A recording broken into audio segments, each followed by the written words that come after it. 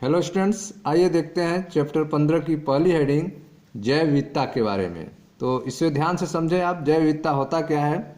देखें, हमारे जैव मंडल में न केवल जाति स्तर पर बल्कि जैविक संगठन के सभी स्तर पर कोशिकाओं के बृहद अणु से लेकर जीवोम तक बहुत विविधता मिलती है। ठीक है, तो आप देख रहे हैं कि हमारे जैव मंडल में न केवल जाति स्तर पर बल्कि जैवीय संगठन के सभी स्तर कोशिकाओं के बृहद अणु से लेकर जीवोम तक विविधता मिलती है, डाइवर्सिटी मिलती है। ठीक है, तो हमारे जैव मंडल में न केवल जाति स्तर पर बल्कि जैविक संगठन के सभी स्तर पर कोशिकाओं के बृहद अणु से लेकर जीवोम तक बहुत विविधता मिलती है। ध्यान दें,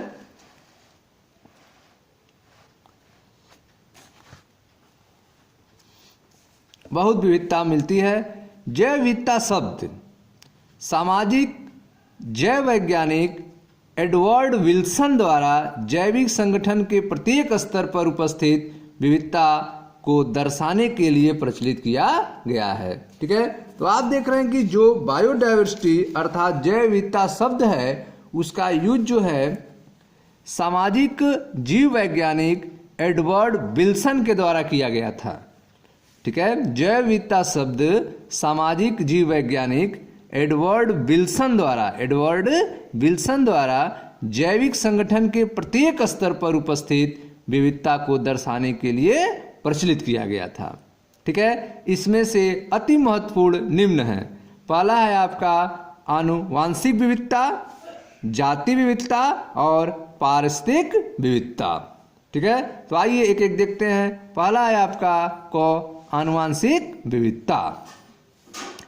एक जाति आनुवांशिक स्तर पर अपने वितरण क्षेत्र में बहुत विविधता दर्शा सकती है। ठीक है, तो आप देख रहे हैं कि कोई एक जाति है जो आनुवांशिक स्तर पर, ठीक है, एक जाति जो है आनुवांशिक स्तर पर अपने वितरण क्षेत्र में बहुत विविधता दर्शा सकती है। उदाहरण देखें, हिमालय की विभिन्न श्रेणियों में उगने वाला औषधि पादप, हिमालय के विभिन्न श्रेणियों में उगने वाला औषधि पादप राउल्फिया बोमिटोरिया की आनुवांशिक विविधता उसके द्वारा उत्पादित सक्रिय रसायन रेसरपीन की क्षमता तथा सांद्रता से संबंधित हो सकती है। ठीक है, तो आप देख रहे हैं कि हिमालय की विभिन्न श्रेणियों में उगने वाला एक औषधि पौधा है जिसका नाम है राउल्फिया बोमिटोरिया। ठीक है, इसकी आनुवांशिक विविधता इसके द्वारा उत्पन्न सक्रिय रसायन रेसरपीन की क्षमता तथा सांद्रता से संबंधित हो सकती है। भारत में 50,000 से अधिक आनुवांशिक रूप से भिन्न भिन्न धान की तथा 1,000 से अधिक आम की जातियां हैं। ठीक है, भारत में 50,000 से अधिक आनुवांशिक रूप से भिन्न धान की तथा 1,000 से अधिक आम की जातियां हैं जो आनुवांशिक रूप से भिन्न होती हैं। ठीक है, दूसरा है जाति विविधता। यह विभिन्नता जाति स्तर पर है। ठीक है, जो जाति विविधता होती है वह विविधता जाति स्तर पर होती है। जैसे देखें, पश्चिमी घाट की उभयचर जातियां की विविधता पूर्वी घाट से अधिक है। जो पश्चिमी घाट की उभयचर जातियां हैं उनकी विविधता जो है पश्चिमी घाट से अधिक है। तीसरा है आपका पारिस्थितिक विविधता। ठीक है, पारिस्थितिकी विविधता अर्थात इकोलॉजिकल डाइवर्सिटी। ध्यान दें, यह विविधता पारितंत्र स्तर पर है। ठीक है, जो इकोलॉजिकल डाइवर्सिटी है यह विविधता पारितंत्र स्तर पर है। जैसे कि भारत के रेगिस्तान, वर्षावन, मैंग्रोव, ठीक है, प्रवात्त भित्ति, आर्द्रभूमि, ज्वारंदमुख और एल्पाइन सादल की पारितंत्र विभिन्नता स्कैंडिनेवियाई देश नॉर्वे से अधिक है। ठीक है, तो आप देख रहे हैं कि जो आपका इकोलॉजिकल डाइवर्सिटी है यह विविधता पारितंत्र स्तर पर है। ठीक है, जैसे कि भारत के रेगिस्तान, वर्षावन, मैंग्रोव, पर्वत भित्ति, आर्द्रभूमि, ज्वारंदमुख, अल्पाइन साद्रल की पारितंत्र विभिन्नता इस ठीक है स्कैंडिनेवियाई देश नॉर्वे से अधिक है। ठीक है, प्रकृति की इस समृद्ध जैव विविधता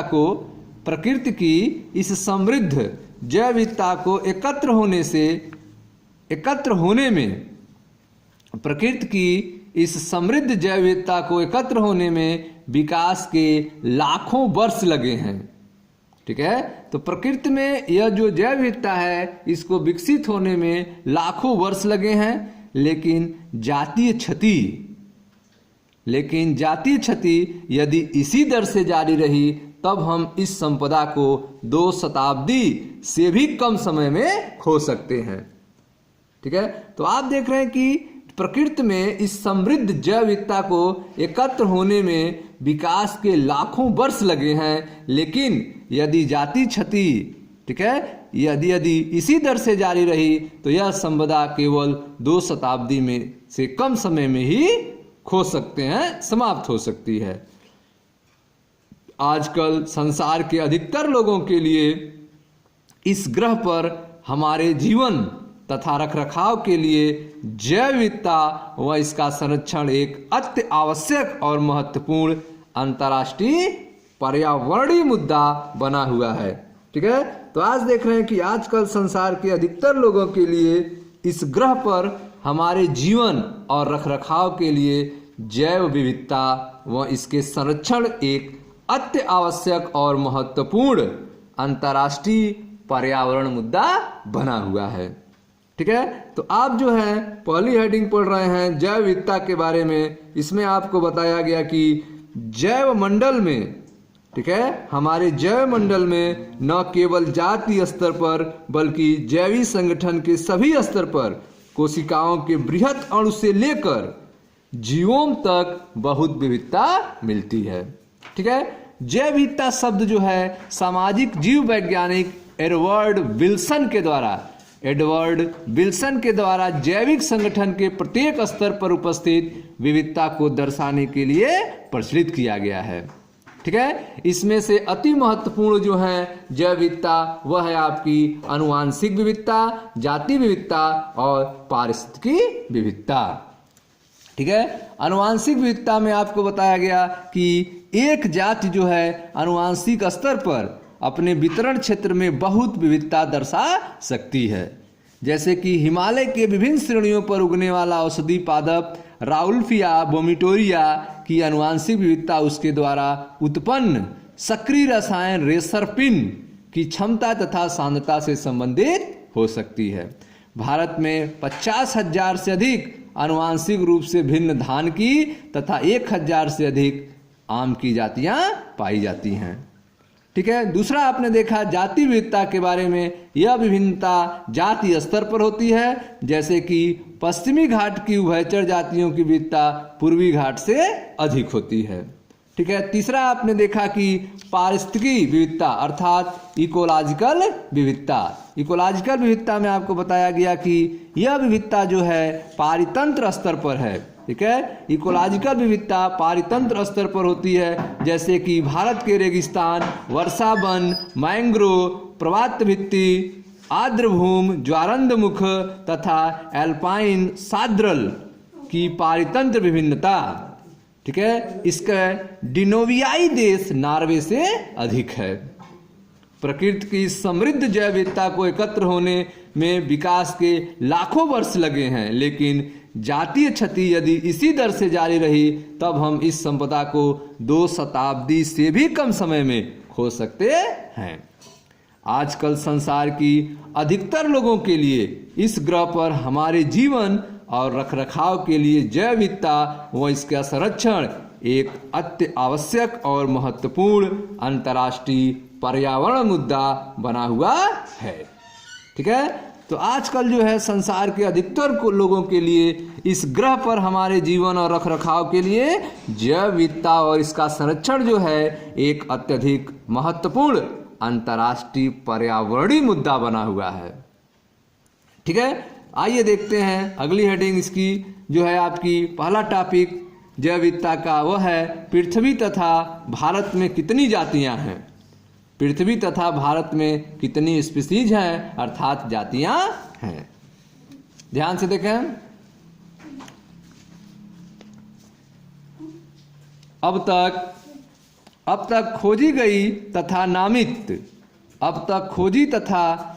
जातियों के प्रकाशित साक्ष्यों, अब तक खोजी तथा नामित जातियों के प्रकाशित साक्ष्यों तथा तथ्यों से हम जानते हैं कि आज तक कितनी जातियां अंकित की गई हैं, लेकिन पृथ्वी पर कितनी जातियां हैं, इस प्रश्न का उत्तर देना आसान नहीं है।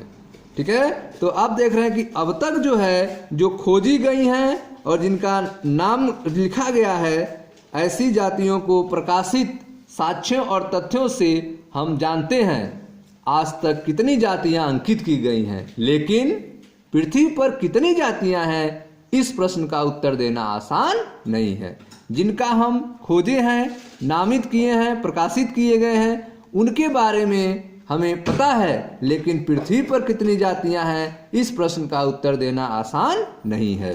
ठीक है, IUCN international union for conservation of nature and natural resources 2004 के अनुसार अब तक दर्शाई गई जंतु व पादपों की कुल संख्या 1.5 मिलियन से कुछ अधिक है। ठीक है, तो आप देख रहे हैं कि IUCN 2004 के अनुसार जो है अब तक दर्शाई गई जंतु और पादपों की कुल संख्या जो है वह 1.5 मिलियन से कुछ अधिक है। लेकिन हमें यह ज्ञात नहीं है कि अभी तक और कितनी जातियों की खोज तथा व्याख्या शेष है। ठीक है, हमें यह पता नहीं है कि अब तक कितनी जातियों की खोज होगी और व्याख्या शेष है। ठीक है, जबकि IUCN 2004 के अनुसार जो है जंतु और पादप की जो कुल संख्या बताई गई वह 1.5 मिलियन से कुछ अधिक है। आकलन में बहुत भिन्नताएं हैं। ठीक है, आकलन में बहुत भिन्नताएं हैं तथा उनमें से कुछ शैक्षिक अनुमान मात्र हैं कि वर्गीय समूह की जातियों की खोज उष्णकटिबंधीय देशों की अपेक्षा शीतोष्ण देशों में अधिक पूर्ण है। ठीक है, तो आप देख रहे हैं यहाँ पर कि लेकिन हमें यह ज्ञात नहीं है कि अभी और कितनी जातियों की खोज तथा व्याख्या शेष है। आकलन में, ठीक है, आकलन में बहुत विभिन्नताएं हैं, आकलन में बहुत विभिन्नताएं हैं तथा उनमें से कुछ शैक्षिक अनुमान मात्र हैं कि वर्ग की समूह की जातियां की खोज उष्णकटिबंधीय अर्थात ट्रॉपिकल देशों की अपेक्षा शीतोष्ण अर्थात टेम्परेट देशों में अधिक पूर्ण है। ठीक है, तो इस तरह से आप देख रहे हैं कि वर्गीय समूह की जो जातियों हैं उनकी खोज जो है ट्रॉपिकल देशों की अपेक्षा, उष्णकटिबंधीय देशों की अपेक्षा जो शीतोष्ण देश हैं अर्थात टेम्परेट देश हैं में अधिक पूर्ण हैं। यह सोचकर कि प्रबल रूप से उष्णकटिबंधीय की बहुत सी जातियों की खोज शेष है। ठीक है, तो आप देख रहे हैं कि यह सोचकर कि प्रबल रूप से उष्णकटिबंध की बहुत सी जातियों की खोज शेष है, वैज्ञानिकों ने गहन रूप से अध्ययन किए गए कीटों के समूह की उष्णकटिबंधीय व शीतोष्ण जातियों की सांख्यिकीय तुलना कर उनके परिणामों के अनुपात को जंतु व पादपों में अनुमानित कर पृथ्वी की कुल जातियों का आकलन किया। ठीक है, तो आप देख रहे हैं कि वर्गीय समूह की जो जातियां हैं, वर्गीय समूह की जातियां की खोज उष्णकटिबंधीय देशों की अपेक्षा शीतोष्ण देशों में अधिक पूर्ण है। ठीक है, वर्गीय समूह की जो जातियां हैं उनकी खोज जो है उष्णकटिबंधीय देशों की अपेक्षा शीतोष्ण देशों में अधिक पूर्ण है। यह सोचकर कि प्रबल रूप में उष्णकटिबंध की बहुत सी जातियों की खोज शेष हैं। जो उष्णकटिबंध है, ठीक है, उनकी जो है बहुत सी जातियों की अभी खोज शेष है, जबकि शीतोष्ण देशों में अधिक खोज हो चुकी है।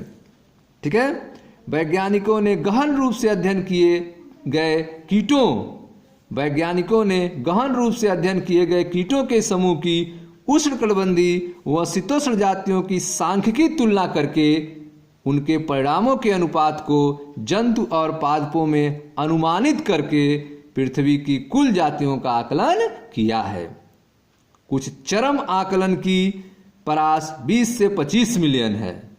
ठीक है, तो आप देख रहे हैं कि जो आकलन है उसमें चरम आकलन, कुछ चरम आकलन की जो परास है वह 20 से 25 मिलियन है। लेकिन रॉबर्ट मोए द्वारा, ठीक है, रॉबर्ट मोए द्वारा दिया गया एक अधिक संतुलित तथा वैज्ञानिक रूप से शुद्ध आकलन वैश्विक जात विविधता को लगभग 70 लाख तक मानता है, 7 मिलियन तक मानता है। ठीक है, तो आप देख रहे हैं कि कुछ चरम आकलन का परास जो है 20 से 25 मिलियन है। लेकिन रॉबर्ट मोए के द्वारा, ठीक है, रॉबर्ट मोए के द्वारा दिया गया एक अधिक संतुलित तथा वैज्ञानिक रूप से शुद्ध आकलन वैश्विक जाति विविधता को लगभग 70 लाख तक मानता है, अर्थात 7 मिलियन तक मानता है। ठीक है स्टूडेंट्स, आइए पृथ्वी की जैव विविधता के कुछ रोचक पहलुओं को वर्तमान में उपलब्ध जातीय सूचियों के आधार पर देखें। ठीक है, अब जो है आपको पृथ्वी की जैव विविधता के कुछ रोचक पहलुओं को वर्तमान में उपलब्ध जाति सूचियों के आधार पर बताया जाएगा। तो ध्यान से देखें, सभी आकलित जातियों में से, ठीक है, सभी आकलित जातियों में से 70% से अधिक जंतु हैं। ठीक है, तो जो भी आंकड़े हैं उस आकलित आंकड़ों में से 70% जो हैं वे सब क्या हैं? जंतु हैं। सभी आकलित जातियों में से 70% से अधिक जंतु हैं, जबकि शैवाल, कवक, ब्रायोफाइट, आवृत्तबीजी तथा अनावृत्तबीजी जैसे पादपों को मिलाकर 22% से अधिक नहीं है। ठीक है, तो आप देख रहे हैं कि जो पादप हैं वे 22% से अधिक नहीं हैं, जबकि 70% से अधिक जो हैं वह जंतु हैं। ठीक है, तो सभी आकलित जातियों में से 70% से अधिक जंतु हैं, जबकि शैवाल, कवक, ब्रायोफाइट, आवृत्तबीजी तथा अनावृत्तबीजियों जैसे पादपों को मिलाकर 22% से अधिक नहीं है। जंतुओं की संख्या आप देख रहे हैं 70% है, तो जंतुओं में कीट सबसे अधिक समृद्ध जातीय वर्ग समूह है, जो संपूर्ण जातियों की 70% से अधिक है। ठीक है, तो आप देख रहे हैं कि सभी आकलित जातियों में 70% में अधिक जंतु हैं और उन जंतुओं में 70% जो है वह कीट है। ठीक है, जंतुओं में कीट जो है सबसे अधिक समृद्ध जाति वर्ग समूह है, जो संपूर्ण जातियों की 70% से अधिक है। ठीक है, इसका अर्थ यह है कि इस ग्रह में प्रत्येक 10 जंतुओं में से 7 क्या है? कीट है। ठीक है, इस ग्रह में प्रत्येक 10 जंतुओं में से 7 कीट है। पुनः कीटों की इस अत्यधिक विविधता को हम कैसे समझाएंगे? ठीक है, आप देख रहे हैं कि कीटों की जो है वह अत्यधिक विविधता पाई जाती है। संसार में कवक जातियों की कुल संख्या, संसार में कवक जातियों की कुल संख्या मछली, उभयचर, सरीसृप तथा स्तनधारियों से अधिक है। ठीक है, तो आप देख रहे हैं कि संसार में जो कवक जातियां हैं इनकी जो कुल संख्या है वह मछली, उभयचर अर्थात एम्फीबिया, सरीसृप अर्थात रेप्टाइल तथा स्तनधारियों अर्थात मैमल से अधिक हैं। चित्र 5.1 में कुछ मुख्य वर्गक अर्थात टेक्सा की जातियों की जैव विविधता को दर्शाया गया है। तो ध्यान दें, इस चित्र में 15.1 है, इसमें कुछ मुख्य वर्गक की जातियों की जैव विविधता को दर्शाया गया है। जैसे आप देख रहे हैं यह अकशेरुकी का है, यह कशेरुकी का है और यह आपका पादप का है। तो अगर अकशेरुकी में देखें तो अकशेरुकी में सबसे अधिक संख्या आप देख रहे हैं वह किसका है? कीटों का है। अकशेरुकी में सबसे अधिक संख्या कीटों का है। ठीक है, और सबसे कम संख्या में क्रस्टेशिया हैं, सबसे कम संख्या में क्रस्टेशिया हैं। ठीक है, तो सबसे नंबर 1 पर अकशेरुकी में कीट हैं, नंबर 2 पर अन्य प्राणी समूह हैं, तीसरे नंबर पे मोलस्क हैं और सबसे कम मात्रा में क्रस्टेशिया हैं। ठीक है, कशेरुकी में अगर देखा जाए तो आप देख रहे हैं आधा हिस्सा जो है वह मछलियों का है। ठीक है, कशेरुकी में मत्स्य जो हैं वे आधे हिस्से में हैं। उसके बाद आप देख रहे हैं कि संख्या जो है पक्षी की है, फिर सरीसृप है, स्तनधारी है और उभयचर है। ठीक है, तो नंबर 1 पे आप देख रहे हैं कशेरुकियों में मत्स्य है, उसके बाद पक्षी वर्ग है। ठीक है, स्तनधारी, सरीसृप और उभयचर हैं। पादप में अगर देखा जाए तो पादप में आप देख रहे हैं कि सबसे बड़ी संख्या जो होती है वह कवक की है। ठीक है, संसार में कवक जातियों की कुल संख्या जो है वह मछली, उभयचर, सरीसृप और स्तनधारियों से अधिक होती है। पादप में कवक जो है सबसे अधिक संख्या में है। सबसे कम संख्या में आप देख रहे हैं लाइकेन है। सबसे कम संख्या में क्या है? लाइकेन है। तो कवक सबसे अधिक संख्या में है। दूसरे नंबर पे आप देख रहे हैं आवृत्तबीजी है, आवृत्तबीजी है। तीसरे नंबर पे आप देख रहे हैं कि शैवाल है। ठीक है, उसके बाद मासेस और फर्न आते हैं और सबसे कम संख्या में लाइकेन होता है। ठीक है, तो इस तरह से आप देख रहे हैं कि 15.1 में वैश्विक जैव विविधता का प्रतिनिधित्व, जिसमें आपने अकशेरुकी, कशेरुकी तथा पादप जाति के वर्ग की अनुपातिक संख्या को ग्राफ के माध्यम से आपको बताया गया। ठीक है, यह आपका पाई चार्ट था। ठीक है, जिसमें अकशेरुकी, कशेरुकी और पादप की मात्रा को दिखाया गया है। ठीक है, आगे देखिए ध्यान से।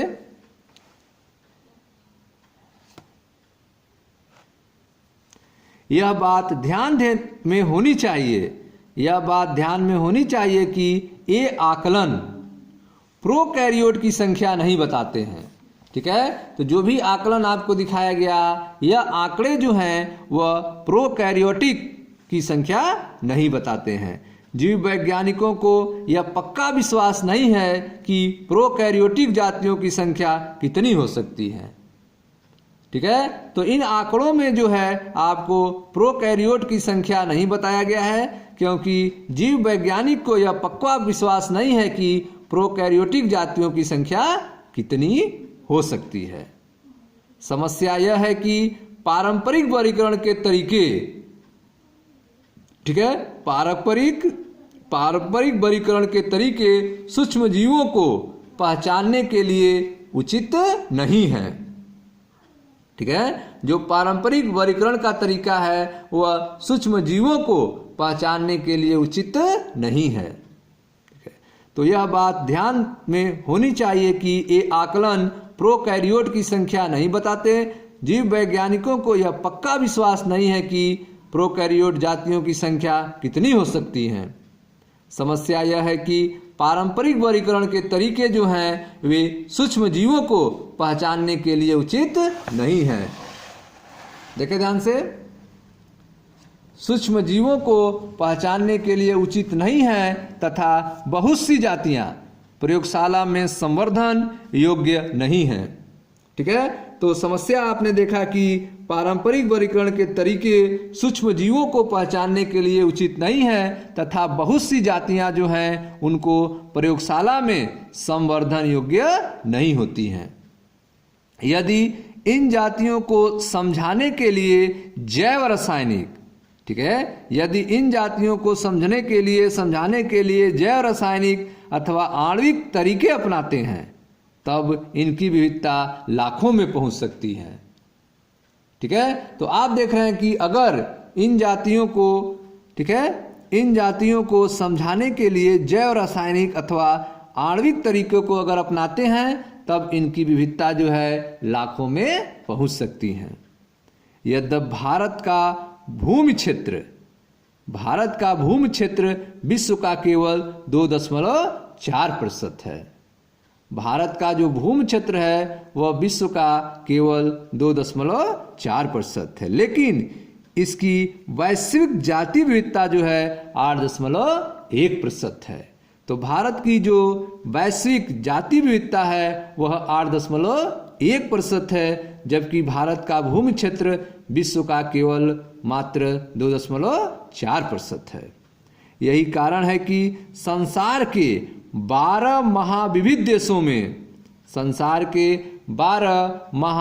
देशों में भारत भी एक है।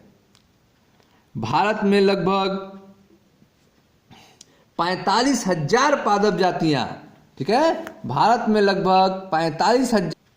तो स्टूडेंट्स आप देख रहे हैं कि भारत में लगभग 45,000 पादप जातियां तथा इससे 2 गुना से अधिक जंतु जातियों को अभिलिखित किया जा चुका है। ठीक है, तो भारत में जो है लगभग 45,000 पादप जातियों को तथा इससे 2 गुना से अधिक जंतु जातियों को अभिलिखित किया जा चुका है। वास्तव में अभी कई जातियां, ठीक है, वास्तव में अभी कई जीवित जातियों की खोज तथा उनका नाम दिया जाना शेष है। यदि रॉबर्ट मोए के वैश्विक आकलन को स्वीकार करें तब अभी तक कुल 22% जातियों की ही खोज हुई है। ठीक है, तो अगर आप देख रहे हैं कि रॉबर्ट मोए के वैश्विक आकलन को स्वीकार किया जाए तो अभी तक केवल 22% जातियों की ही खोज हुई है। इस अनुपात में, ठीक है, इस अनुपात से भारत की विविधता का आकलन करें तो 1 लाख से अधिक पादप तथा 3 लाख से अधिक जंतु जातियों की खोज तथा वर्णन होना शेष है। ठीक है, तो इस तरह से आप देख रहे हैं कि भारत का जो भूमि क्षेत्र है वह विश्व का केवल 2.4% है, लेकिन इसकी वैश्विक जाति विविधता जो है भारत का 8.1% है। ठीक है, भारत में लगभग 45,000 पादप जातियां तथा इससे 2 गुना से अधिक जंतु जातियों को अभिलिखित किया जा चुका है। वास्तव में अभी कई जीवित जातियों की खोज और उनका नाम दिया जाना शेष है। ठीक है, यदि रॉबर्ट मोए के वैश्विक आकलन को स्वीकार करें तब अभी तक कुल 22% जातियों की ही खोज हुई है। इस अनुपात से भारत की विविधता का आकलन करें तो 1 लाख से अधिक पादप और 3 लाख से अधिक जंतु जातियों की खोज और वर्णन शेष होना है। ठीक है, अभी इनका बाकी है, इनको खोज करना और वर्णन करना। खोज तथा वर्णन होना शेष है। क्या हम कभी अपने देश की संपूर्ण जैव संपदा की खोज कर सकेंगे? क्या हम कभी अपने देश की संपूर्ण जैविक संपदा की खोज कर सकेंगे? सोचिए, इस कार्य को पूर्ण करने के लिए कितनी प्रशिक्षित मानव शक्ति, वर्गीकरणविद तथा समय की आवश्यकता होगी। ठीक है, तो आप देख रहे हैं कि अगर हम रॉबर्ट मोए के वैश्विक आकलन लें तो भारत में ही जो है विविधता का आकलन करें तो 1 लाख से अधिक पादप और 3 लाख से अधिक जंतु जातियों का भी खोज करना और वर्णन करना शेष है। ठीक है, सोचिए इस कार्य को पूर्ण करने के लिए कितनी प्रशिक्षित मानव शक्ति, वर्गीकरणविद तथा समय की आवश्यकता होगी।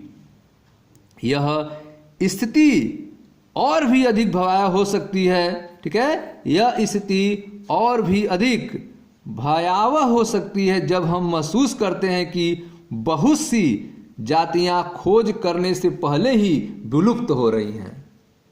ठीक है, तो आप देख रहे हैं कि स्थिति जो है और भी भयावह हो सकती है जब हमें यह महसूस होता है कि बहुत सी ऐसी जातियां हैं कि खोज होने से पहले ही वह विलुप्त हो रही हैं। प्रकृति की जैविक पुस्तकालय, प्रकृति का जैविक पुस्तकालय उसमें संग्रहित पुस्तकों के शीर्षकों के सूचीबद्ध करने से पहले ही विनिष्ट हो रहा है।